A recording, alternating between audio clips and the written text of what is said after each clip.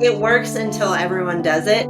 Trends and content move so quickly. And so that's what we're doing now is we're trying to, rather than look at other brands for what they're doing, and rather than like, what do we think is going to work? What are our customers watching? We're trying to go really deep into understanding our customers and what they care about and where they're spending their time. What are people actually watching, consuming on social, on TikTok, and with influencers? And we're funneling that and scaling it into Meta.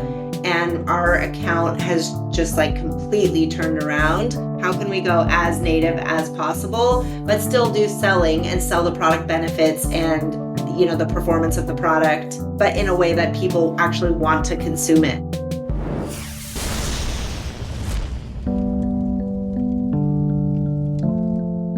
Cherene, welcome to the DTC Podcast. Just jumping right into it here. I've been following you on Twitter for a long time. I've got a great Twitter persona. I love what you're doing at ILIA Beauty. Welcome to the DTC Podcast. How you doing?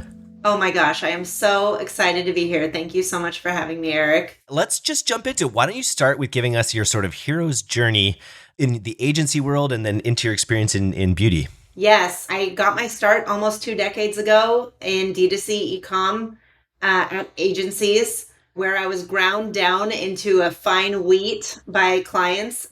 Grist for the mill. Yes, exactly. That's where I grew my thick skin and my ability to sell people on big ideas, but really got to see, hundreds of brands at different sizes and scales and categories, and really learn what it takes to grow a brand.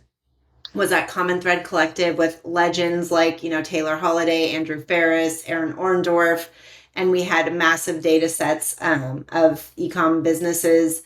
And that's where I really knew how to pick a winner. And that's what happened when I joined Bobbi.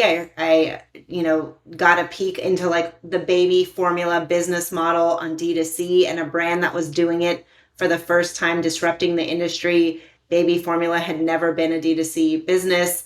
And it was insane white space opportunity and insane product market fit, and rode that rocket ship past 9 figures in less than 2 years, became an omnichannel brand in that time, acquired a competitor brand, insane growth trajectory. And then I joined. Full heyday. That was the full heyday of the e-commerce ascendancy too, right? In such a fertile category where the incumbents are 100 years old in some cases. Total duopoly, fertile category, pun intended here. Yeah. Lots of babies. But it was amazing. And, the founders were ex-Airbnb. So they were not D2C CPG natives. So they kind of flipped everything on its head. And I think that's where I really learned what it takes to scale a business at that clip. And then I joined ILIA. Bobbi, we went from Series A to C, and ILIA is post-acquisition. So I kind of picked up where I left off. And, Bobbi, we had an acquisition here. ILIA was acquired by a legacy business. I joined, less than a year ago. The business has an amazing, established and beloved brand. And the e-com team was relatively lean.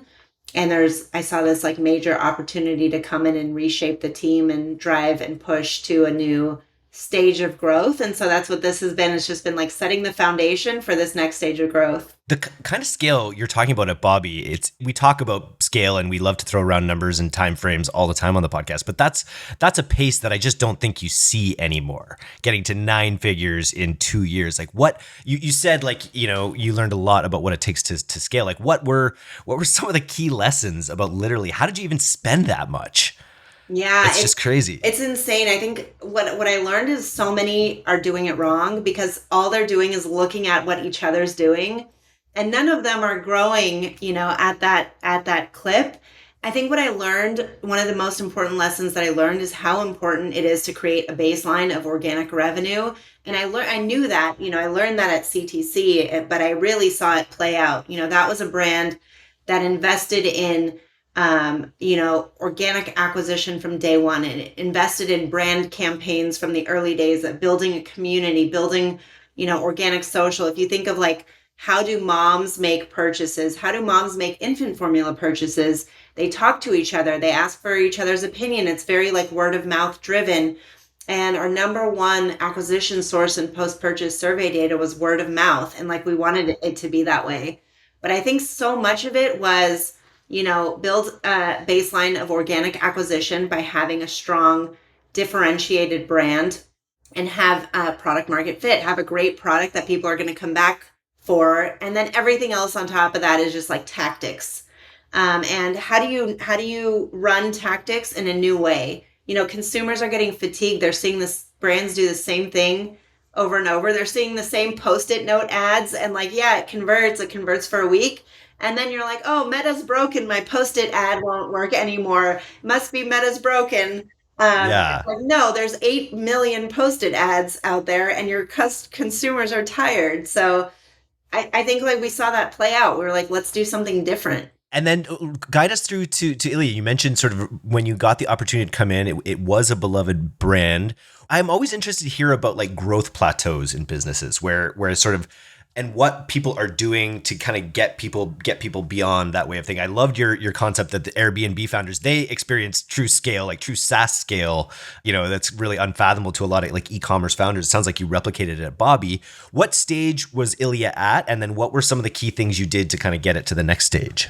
Yeah, it's a really good question. It's, ILIA was on an incredibly fast growth trajectory too. It's like a slow, fast growth trajectory. There was like many years where the business was small and then all of a sudden the business grew very rapidly and had an amazing exit.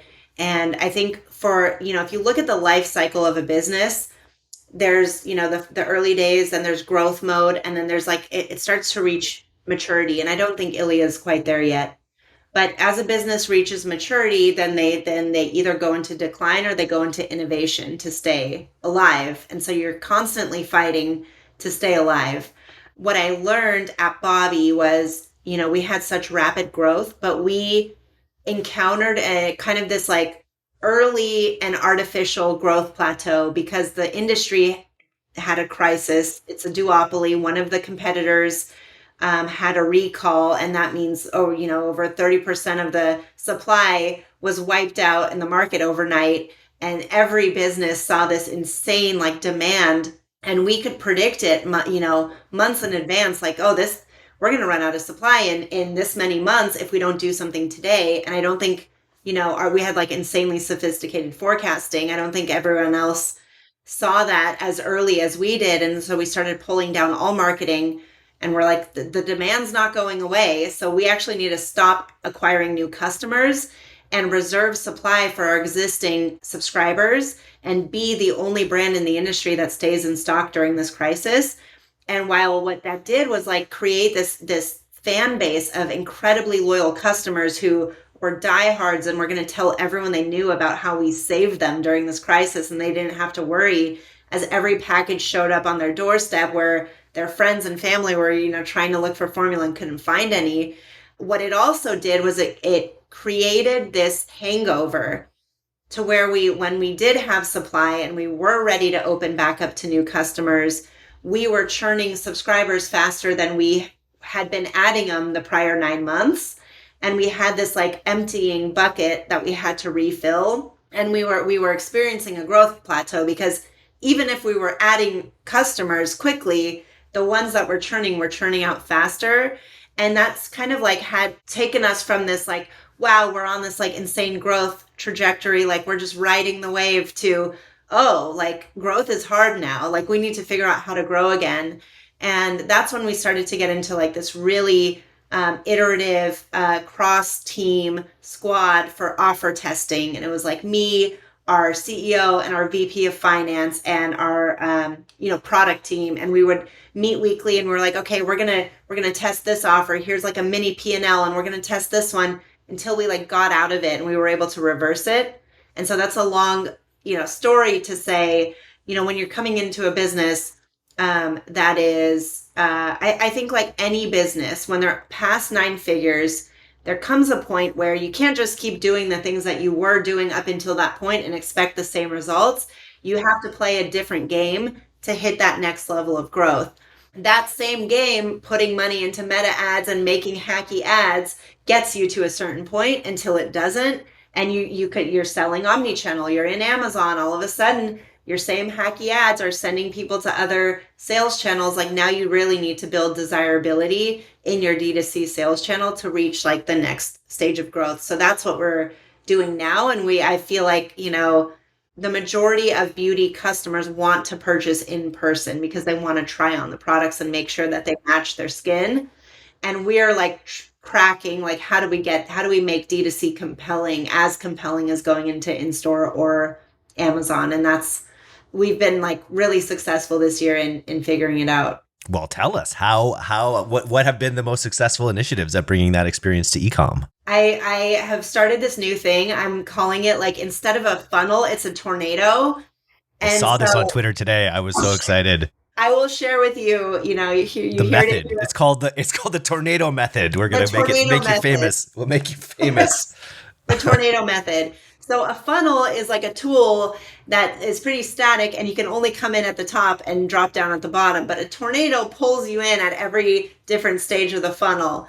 And so one of the things that we've been focusing on a lot this year is how do we, now that we're an established business, build more top of funnel awareness and pull people in at that stage of the funnel, build consideration stage content and awareness, and drive people into the middle of the funnel, and then build decision stage, move people in, not even move them down the funnel, but pull them in at whatever funnel stage they're in, and do it in a way that is high intent with a lot of desirability.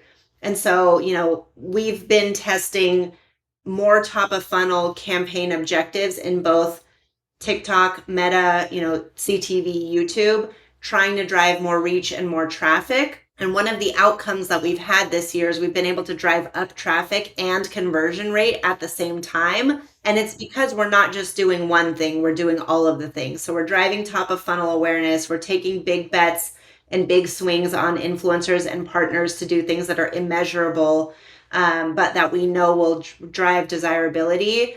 And then we're building this like consideration stage content. We're optimizing our site to make sure that when they get on site, it matches what they've been seeing and hearing at other, top of funnel.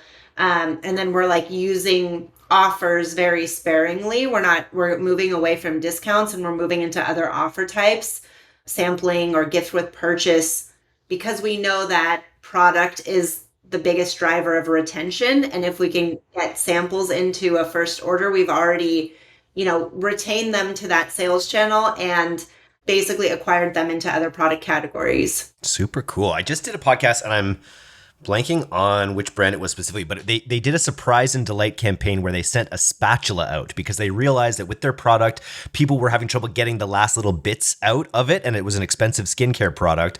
And so they would just send, unannounced, they would just send this little spatula and show you how it was used to like get the last bit of product out. And they found that like massively impacted their retention, and as a way that like, they were using segments actually to track this.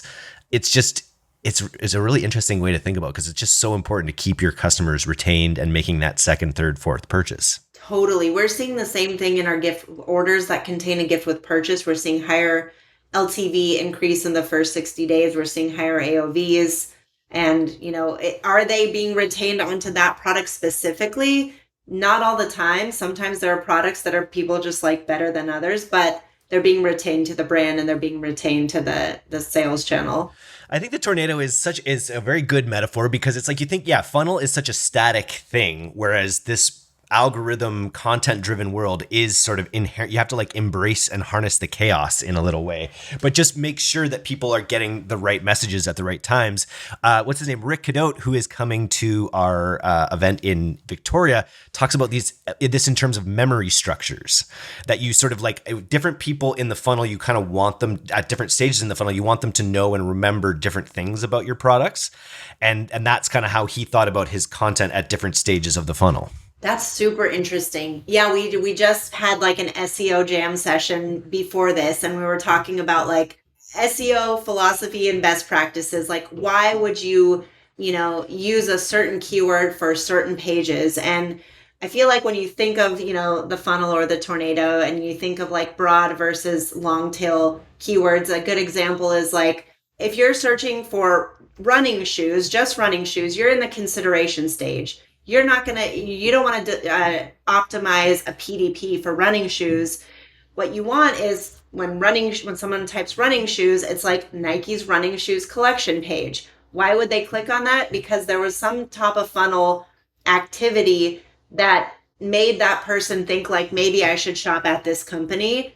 And then once they're there, that's when they decide I want black running shoes with, white shoelaces. And that's like how you can kind of like use a funnel to structure your SEO strategy as well. So I think, yeah, it's interesting. We're really starting to think in this world of Meta not being as good at targeting people by interest or new versus repeat. The creative does all the targeting, and we just need to deliver the right creative and the right content and the right channels at the right funnel stage for those users. What we're talking about this on the podcast all the time, these bigger swings people are taking at top of funnel, realizing that Facebook isn't the be all and end all. So can you give me some examples of big swings you've taken top of funnel that have worked well? Yeah, one early this year is we partnered with a creator named Addison Rae, and it was not the typical, creator that we partner with. She's really big on TikTok, probably a younger audience than what we are used to targeting. And we were like, let's just take a wild shot at launching a new product with her, creating, a look and see what happens. And at first we're like, sales didn't go up immediately. It must not have worked.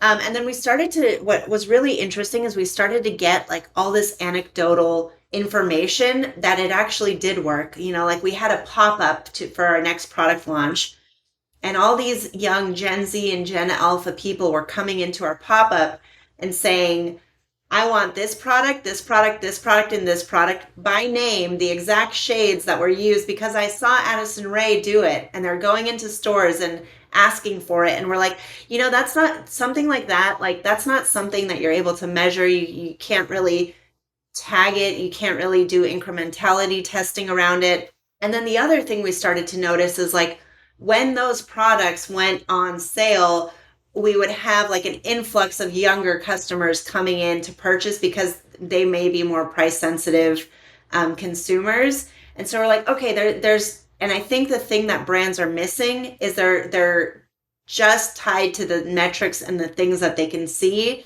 and they're just doing the things that they have data for.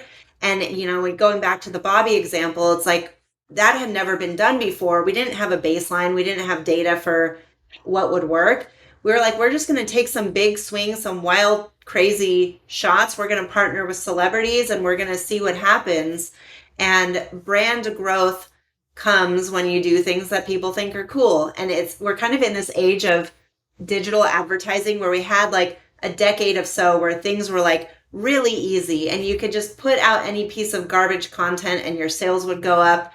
And like we kind of like got used to that, but that's never how it was in the history of advertising or the history of growing business. It was like, you got to do something cool. You got to sell your product. You got to cut through the noise. And there's not really a good way of measuring it. And we're kind of like coming back to that era again where, yeah, we can kind of measure things, but it's now we're in this era of you do a thing and then you have to measure, did sales go up? And then you have to like survey the market and get like other information to validate whether it worked. It's been a long time coming. It's been a long time of that technical dream of having fractional attribution and have it all lined up or whatever. It's like that meme where you've got the peak and on the one side it's just sort of like, did sales go up? On the idiot side and on the genius side, you're just asking the same question. Yes. It's that full circle. So good. And like the middle is like, gotta use attribution tools and all fractional. Yeah. I think fractional attribution is the biggest one. That always seemed to be the one. If you could just give the fraction of attribution a fraction, but just my feedback that I've heard in the space is it just doesn't do it. It doesn't really paint the picture. Totally. Sometimes I'm asked like, what do you use what do you use channel revenue tracking in like GA for? I'm like, I don't. It's like good to create a directional baseline of like what's kind of happening, but like you just did you do the thing and did the sales go up? Like, yeah. And we love to trash Meta. Not trash, but we love to say Meta is not the be all and end all. But for most brands, it's still the biggest. It's still the biggest driver of maybe middle funnel, maybe top. I don't know. And you said, I think in our pre-interview, you're like, a lot of people like make bad ads. And you've alluded to that with the sticky ads, which I take personal offense at because I've run a lot of those to get subscribers to the newsletter. But what's your advice about how to make great Facebook ads then?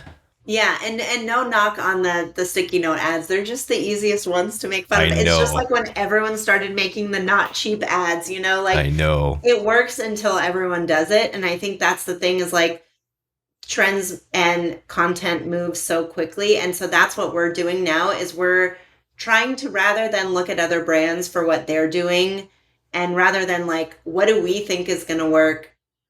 What are our customers watching? More and more people are spending time on TikTok. We did a audience insight study and we tried to understand by, demographic, by age group, where are people doing discovery for beauty products?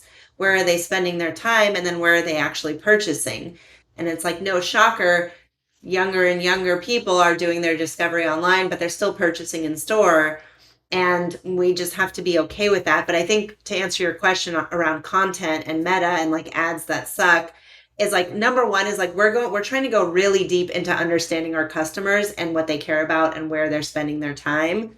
And then we're looking at those things and where they're spending their time. And we like our growth team, our growth squad is, paid, our organic social, and our influencer, and our, someone in creative who can make ads. But like for the most part, it's like, what are people actually watching, consuming on social, on TikTok, and with influencers? And we're funneling that and scaling it into Meta. And our account has just like completely turned around. And we're trying to go like really, it's different for every category, but like, how can we go as native as possible, but still do selling and sell the product benefits and, the performance of the product, but in a way that people actually want to consume it. And then are you in your creative actually trying to drive people to retail at this point? Or are you still doing strong like CTAs for things like TikTok Shop, for instance? Yeah, when you're an omnichannel brand and you're selling retail, you have to play their game, and they want, the retailers want you to spend your ad dollars driving to their site, and it is margin dilutive, but it's like a necessary evil no matter what retailer you're working with. That's their expectation. They're putting the onus on the brands to move the inventory. Whereas before it was kind of like you enter into a retailer and the retailer's driving all this brand awareness for you. That still happens, but the retailers are like, actually, we're growing our .com business, and the majority of our, activity still, the discovery is still happening online. So we want you to spend to drive to us. So we are doing that, and we create like kind of a bifurcated strategy where our D2C content and our retail content looks different enough so that there's not fatigue, and so that consumers can kind of like distinguish like, oh, this is for this retailer and this is for the brand. You mentioned agencies. You've been on both sides of the coin. D2C is partnered with Pilot House, an agency, so I've been part of that agency business for a while now. What's your advice to brands out there when it comes to working with agencies? That's a good question. You got to manage them just like the same way you would if you had an in-house team member. You can't just expect an agency to come in and do all the work for you. There has to be bi-directional effort happening. And then I think, you got to pressure them and hold them accountable. They're going to do good work if you expect good work out of them, depending on, the agency. And then I think the other thing I would say is, agencies want to keep their clients. And so if something's not going well, you have to give them feedback, and you have to let them know like, hey, we're going to start looking. Like if this isn't working out, like, I think it's totally okay for brands to put pressure on agencies. I think though it's got to be a partnership. 100%. Have to be aligned. You have to be on the same skis. I think that's one thing that Pilot House does really well with its team is it aligns even like the creatives. Everyone on that account is incentivized on that account doing well. So I think that's super crucial. You're fully aligned and communicative.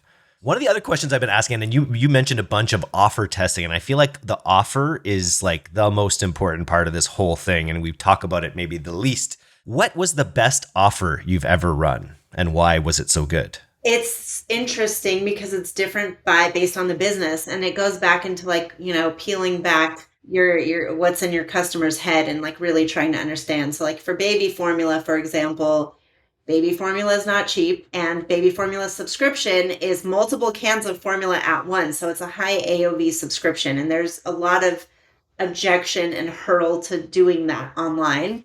But if you understand how the customer is making the purchase, they want to trust the brand, they want to believe that it's good for their baby, and then their baby has to like it. And if their baby doesn't like it, they don't want to have wasted their money to learn the hard way that the baby doesn't like it.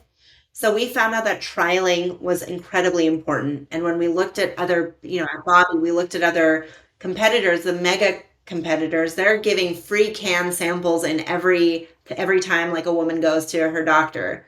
How can you compete with that? You can't. But what we did is we spent a lot of time offer testing what a trial looks like, because once the baby likes it, the parent doesn't want to switch. And then there's exponential LTV growth after that first order as the baby ages to their first year and grows and consumes more. So we knew like if we could take that first trial at break even or even a little bit of a loss and convert those people into subscribers, like that was the offer for that business that worked really well. Whereas in the beauty industry, it's not super different. People still want to know that the products look good on them, right? So it's like, how do you give them confidence or give them some kind of benefit and reduce the friction of trusting buying on a brand's website when they can just go into their if you can go into a Sephora, you can shop 800 brands and get a ton of like free samples and all this stuff. And that's what a direct to consumer brand in beauty is competing with.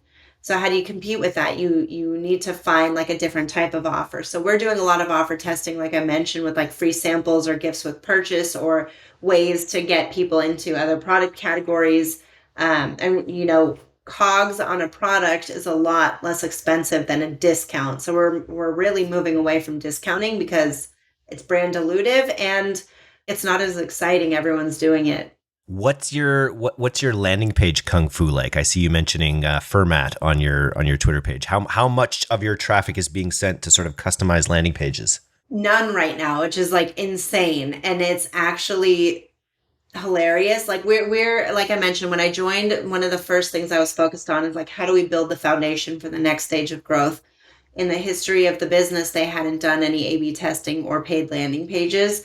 And we had so much kind of other things going on. Like we're deplatforming off of Headless right now. So we're like, we're not going to do that until we're on, just good old Shopify 2.0. Yeah. Can you talk a little bit about that? Can you talk about your headless journey, getting off Headless, being on it? Yeah. So the brand was like an early adopter of Headless, I would say, and specifically for performance reasons and the ability to customize, the site. And I think for those reasons, it was a great decision at that time. And I think the reality is when you're maintaining a headless stack, you want to have something like super unique going on that justifies and necessitates like the cost of having the developers who maintain it and the costs of the platforms themselves. And we were going to do a headless replatform off of our existing stack to a more seamless stack that was lower cost. And that's when I joined, and I kind of just like, let's take a second to assess, are we going to build out like a product and dev team, or are we going to build out like a marketing team? Like, are we going to sell makeup, or are we going to have like a digital product and features be like the core to the business? And we're like, let's create some constraints around our system. Like we don't do a ton of like insanely custom things. We also don't believe that like a decline in speed that is unobservable by the human eye is actually going to like decrease conversion rate that much.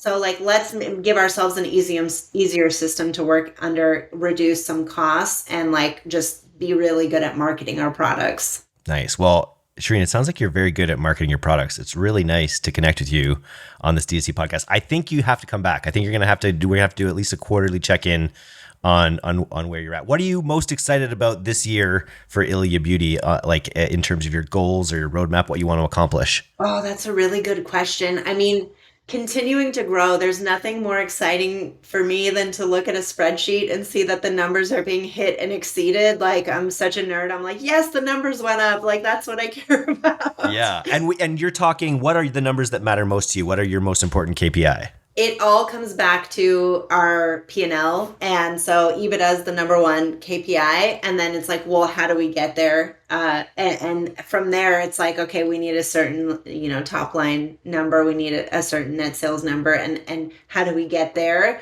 Well, we need a certain new customers and a repeat customers number at a certain AOV, at a certain CAC, at a certain spend. So Easy. Easy. Easy, right? Take EBITDA and break it out into every marketing KPI. And that's what we do. We really back into every, from revenue, we get new customers, and then we break it out, all of the metrics out, and we have initiatives that tie back to all of those metrics. And we try and really systematize the P&L and the roadmap against the metrics. Hot damn. Well, Cherene is a heck of a follow on Twitter, so you have to find her. What's your actual handle? It's Cherene Aubert? Yes. Is it that French? Is it pronounced that French? That's the real pronunciation. Okay. My in-laws say Aubert, and I'm Aubert, like, I'll go whatever, but Aubert sounds nice. It's fancy. Cool. Nice. Well, super nice to meet you, and look forward to chatting again sometime. Thank you so much, Eric, for having me.